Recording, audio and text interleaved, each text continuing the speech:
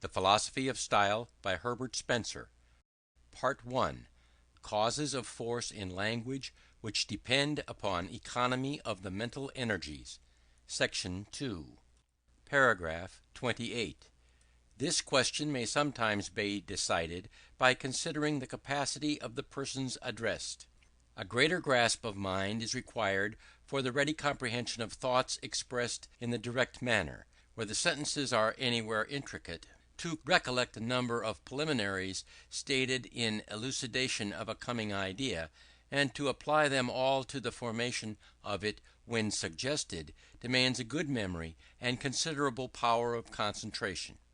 To one possessing these, the direct method will mostly seem the best, while to one deficient in them it will seem the worst.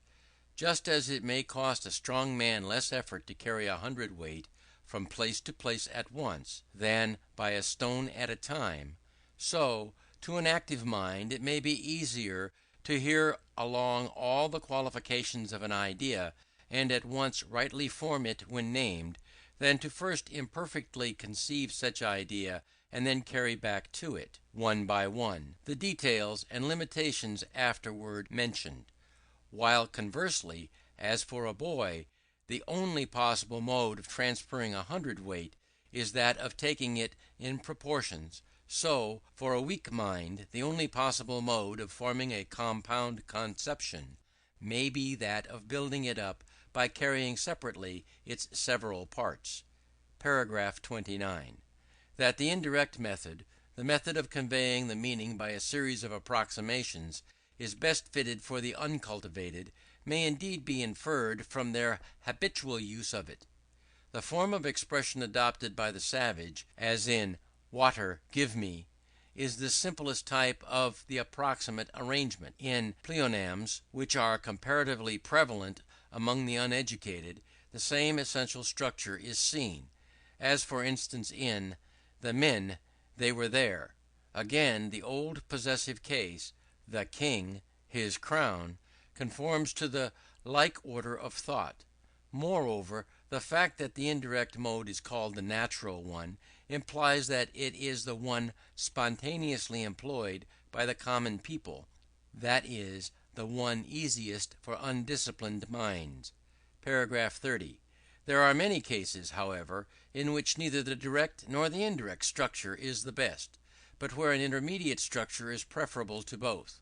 When the number of circumstances and qualifications to be included in the sentence is great, the most judicious course is neither to enumerate them all before introducing the idea to which they belong, nor to put this idea first and let it be remodeled to agree with the particulars afterward mentioned, but to do a little of each. Take a case. It is desirable to avoid so extremely indirect an arrangement as the following: "We came to our journey's end at last, with no small difficulty, after much fatigue, through deep roads and bad weather." Yet to transform this into an entirely direct sentence would not produce a satisfactory effect; as witness, "At last, with no small difficulty, after much fatigue, through deep roads and bad weather, we came to our journey's end." Paragraph 31.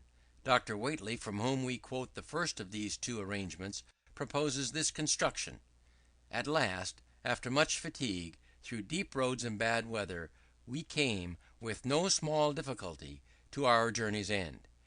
Here it will be observed that by introducing the words "we came" a little earlier in the sentence, the labour of carrying forward so many particulars is diminished, and the subsequent qualifications "with no small difficulty" entails an addition to the thought that is very easily made.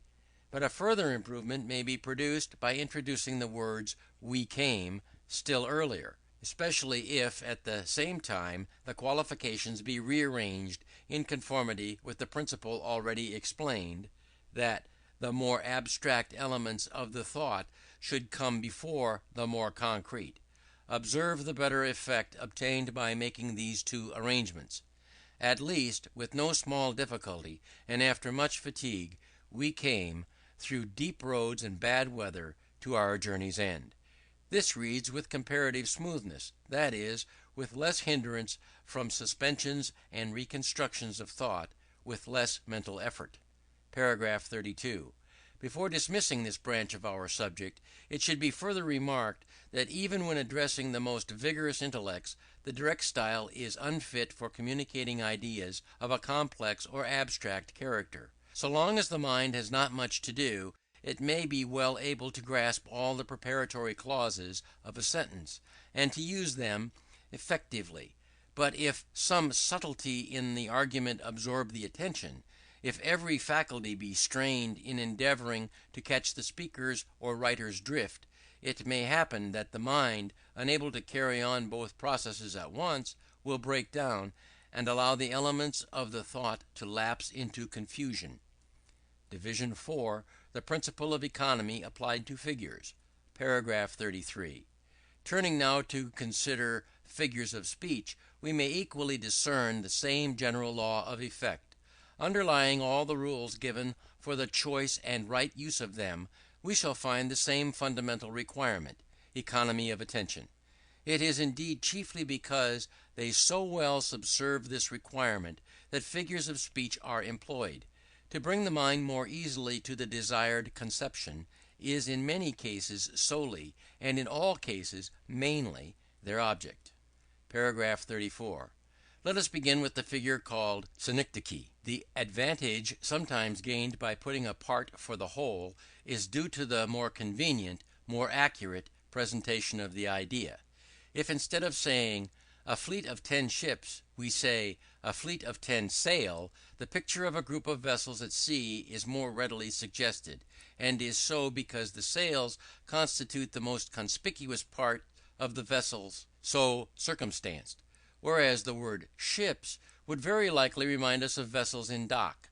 Again, to say all hands to the pumps is better than to say all men to the pumps, as it suggests the men in the special attitude intended, and so saves effort. Bringing gray hairs with sorrows to the grave is another expression, the effect of which has the same cause. Paragraph 35. The occasional increase of force produced by metonymy may be similarly accounted for. The low morality of the bar is a phrase more brief and significant than the literal one it stands for.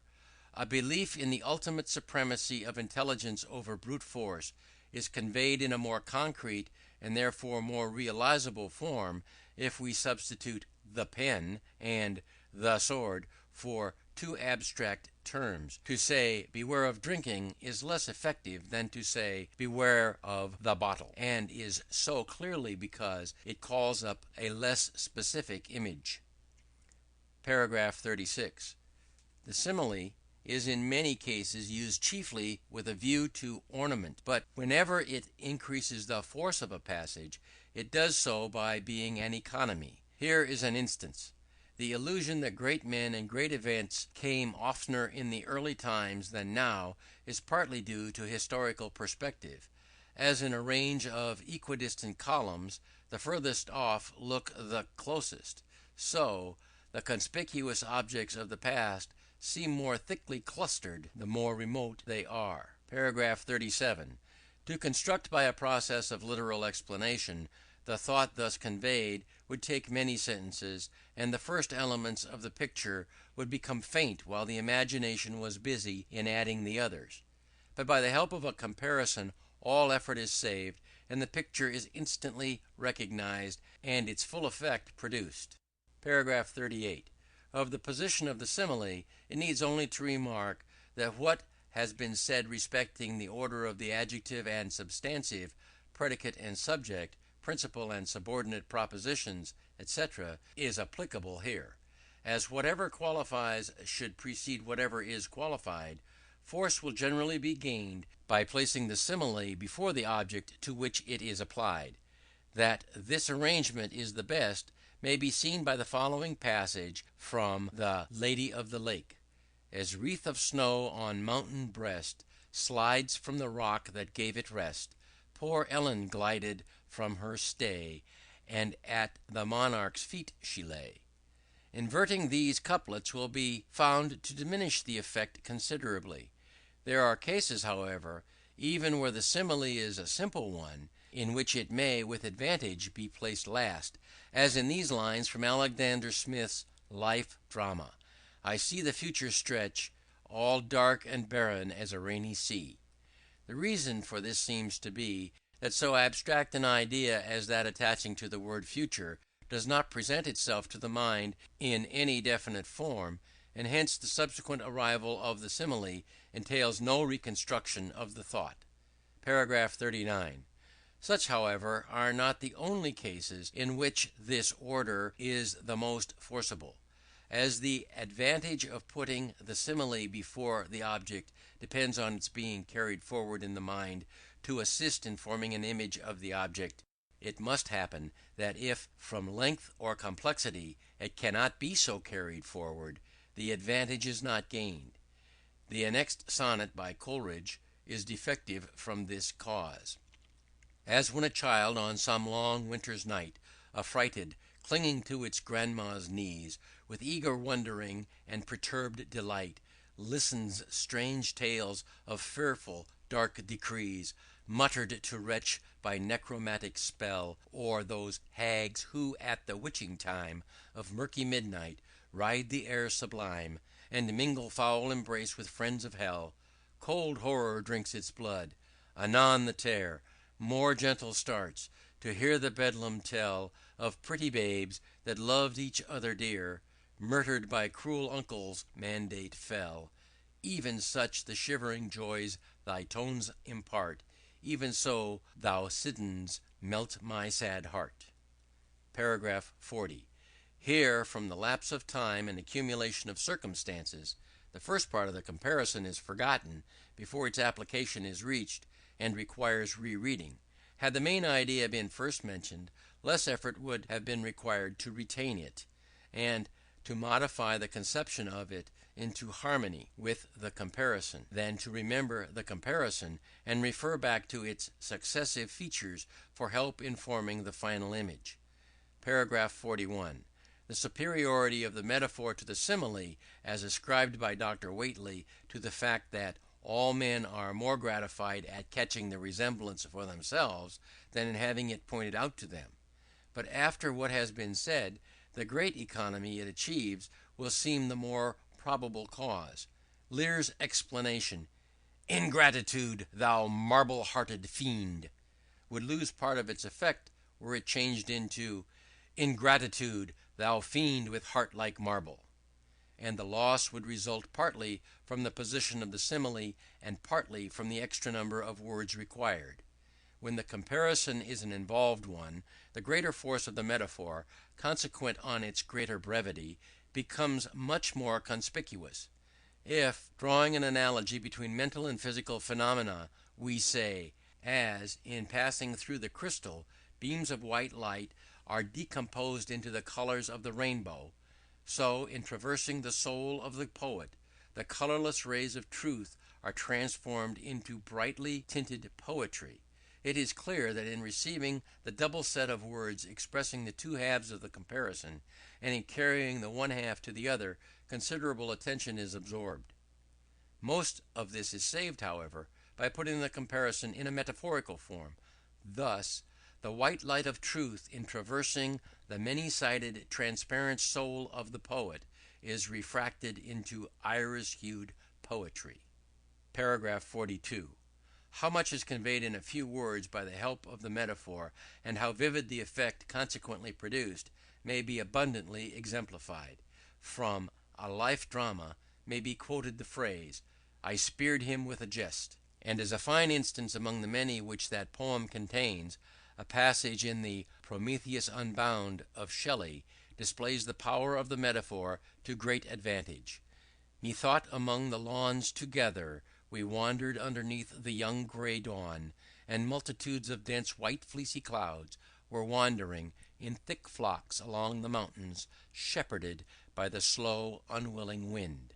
This last expression is remarkable for the distinctness with which it realizes the features of the scene, bringing the mind, as it were, by a bound to the desired conception.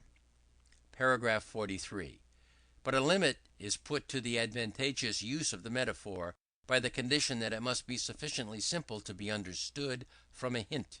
Evidently, if there is any obscurity in the meaning or application of it, no economy of attention will be gained, but rather the reverse. Hence, when the comparison is complex, it is usual to have recourse to the simile. There is, however, a species of figure, sometimes classed under allegory, which might perhaps be better called compound metaphor, that enables us to retain the brevity of the metaphorical form even where the analogy is intricate. This is done by indicating the application of the figure at the outset and then leaving the mind to continue the parallel. Emerson has employed it with great effect in the first of his lectures on the Times. The main interest which any aspect of the Times can have for us is the great spirit which gazes through them, the light which they can shed on the wonderful questions: what are we, and whither we tend? Do we not wish to be deceived? Here we drift like white sail across the wild ocean, how bright on the wave, now darkling in the trough of the sea. But from what port did we sail? Who knows? Or to what port are we bound? Who knows? There is no one to tell us but such poor weather-tossed mariners as ourselves, whom we speak as we pass, or who have hoisted some signal, or floated to us some letter in a bottle from afar.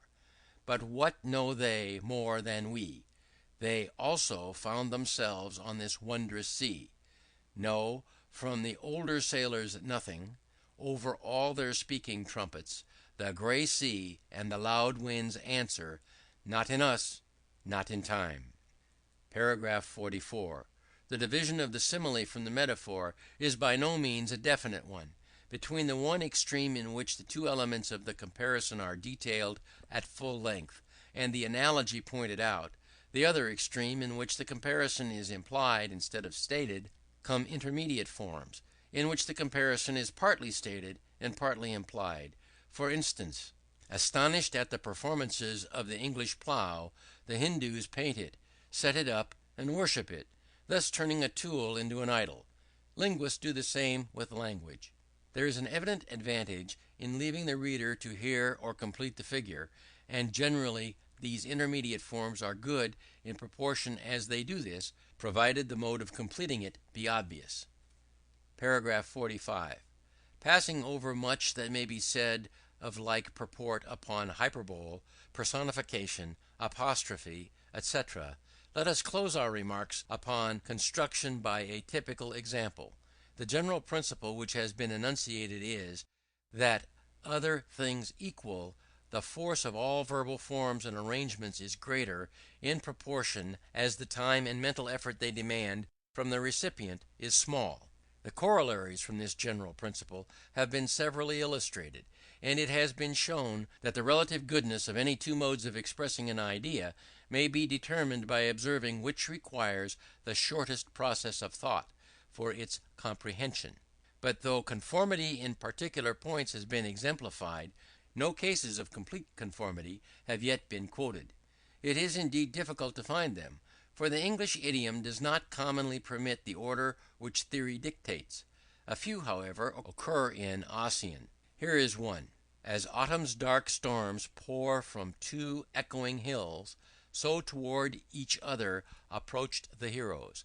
As two dark streams from high rocks meet and mix, the roar on the plain, loud, rough, and dark in battle, meet Lochan and Insifil. As the troubled noise of the ocean when roll the waves on high, as the last peal of the thunder of heaven, such is noise of the battle. Paragraph 46. Except in the position of the verb in the first two similes, the theoretically best arrangement is fully carried out in each of these sentences. The simile comes before the qualified image, the adjectives before the substantives, the predicate and copula before the subject, and the respective complements before them. That the passage is open to the charge of being bombastic proves nothing, or rather proves our case. For what is bombast but a force of expression too great for the magnitude of the ideas embodied? All that may rightly be inferred is, that only in very rare cases, and then only to produce a climax, should all the conditions of effective expression be fulfilled. Division 5. Suggesting a means of economy. Paragraph 47. Passing on to a more complex application of the doctrine with which we set out, it must now be remarked that not only in the structure of sentences and the use of figures of speech may economy of the recipient's mental energy be assigned as the cause of force, but that in the choice and arrangement of the minor images out of which some large thought is to be built up, we may trace the condition to effect. To select from the sentiment, scene, or event described, whose typical elements, which carry many others along with them, and so, by saying a few things, but suggesting many, to abridge the description, is the secret of producing a vivid impression. An extract from Tennyson's Mariana will well illustrate this. All day within the dreamy house, the door upon the hinges creaked. The blue fly sung aye, the pane, the mouse, behind the mouldering wainscot shrieked, or from the crevice peered about. Paragraph 48. The several circumstances here specified bring them many appropriate associations. Our attention is rarely drawn by the buzzing of a fly in a window, save when everything is still. While the inmates are moving about the house, mice usually keep silent, and it is only when extreme quietness reigns that they peep from their retreats. Hence each of the facts mentioned, presupposing numerous others, calls up with more or less distinctness, and revives the feeling of dull solitude with which they are connected in our experience. Were all these facts detailed instead of suggested, the attention would be so frittered away that little impression of dreariness could be produced. Similarly, in other cases, whatever the nature of the thought to be conveyed, this skilful selection of a few particulars, which imply the rest, is the key to success. In the choice of component ideas, as in the choice of expressions, the aim must be to convey the greatest quantity of thoughts with the smallest quantity of words. Paragraph 49. The same principle may in some cases be advantageously carried yet further, by indirectly suggesting some entirely distinct thought in addition to the one expressed. Thus, if we say, the head of a good classic is as full of ancient myths as that of a servant girl of ghost stories, it is manifest that besides the fact asserted, there is an implied opinion respecting the small value of classical knowledge, and as this implied opinion is recognized much sooner than it can be put into words, there is gain in omitting it. In other cases, again, great effect is produced by an overt omission, provided the nature of the idea left out is obvious. A good instance of this occurs in Heroes and Hero Worship. After describing the way in which Burns was sacrificed to the idle curiosity of lion hunters, people who came not out of sympathy, but merely to see him, people who sought a little amusement, and who got their amusement while the hero's life went for it, Carlyle suggests a parallel thus. Richter says, in the island of Sumatra there is a kind of light chafers, large fireflies, which people stick upon spits and illuminate the ways with at night. Persons of condition can thus travel with a pleasant radiance, which they much admire. Great honor to the fireflies, but... Division 6. The effect of poetry explained. Paragraph 50. Before inquiring whether the law of effect thus far traced explains the superiority of poetry to prose, it will be needful to notice some supplementary causes of force in expression that have not yet been mentioned. These are not, properly speaking, additional causes, but rather secondary ones, obtaining from those already specified reflex results of them. In the first place, then, we may remark that mental excitement spontaneously prompts the use of those forms of speech which have been pointed out as the most effective. Out with him, away with him, are the natural utterances of angry citizens at a disturbed meeting, A voyager describing a terrible storm he had witnessed would rise to some such climax as "Crack went the ropes and down went the mast." Astonishment may be heard expressed in the phrase, "Never was there such a sight." All of which sentences are, it will be observed, constructed after the direct type. Again, everyone knows that excited persons are given to figures of speech. The vituperation of the vulgar abounds with them; often, indeed, consists of little else: beast, brute, gallows rogue, cutthroat villains. These and other like metaphors and metaphorical epithets at once call to mind a street quarrel. Further, it may be noticed that the extreme brevity is another characteristic of passionate language. The sentences are generally incomplete, the particles are omitted, and frequently important words are left to be gathered from the context. Great admiration does not vent itself in a precise proposition, as "it is beautiful," but in the simple exclamation "beautiful." He who, when reading a lawyer's letter, would say "vile rascal," would be thought angry, while "he is a vile rascal" would imply comparative coolness. Thus we see that, alike in the order of the words, in the frequent use of figures, and in extreme conciseness, the natural utterances of excitement conform to the theoretical conditions of forcible expression. Paragraph 51. Hence, when the higher forms of speech acquire a secondary strength from association, having in actual life habitually heard them in connection with vivid mental impressions, and having been accustomed to meet them in the most powerful writing, they come to have in themselves a species of force. The emotions that have from time to time been produced by the strong thoughts wrapped up in these forms are partly aroused by the forms themselves. They create a certain degree of animation, they induce a preparatory sympathy, and when the striking ideas looked for are reached, they are the more vividly realized. Paragraph 52. The continuous use of these modes of expression that are alike forcible in themselves and forcible from their associations produces the peculiarly impressive species of composition which we call poetry. Poetry, we shall find, habitually adopts these symbols of thought and those methods of using them which instinct and analysis agree in choosing as the most effective, and becomes poetry by virtue of doing this.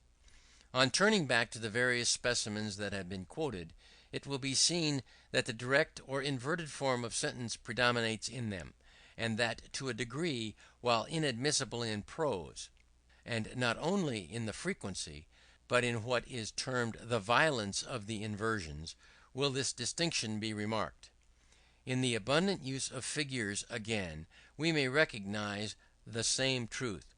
Metaphors, similes, hyperboles, and personifications are the poet's colors, which he has liberty to employ almost without limit.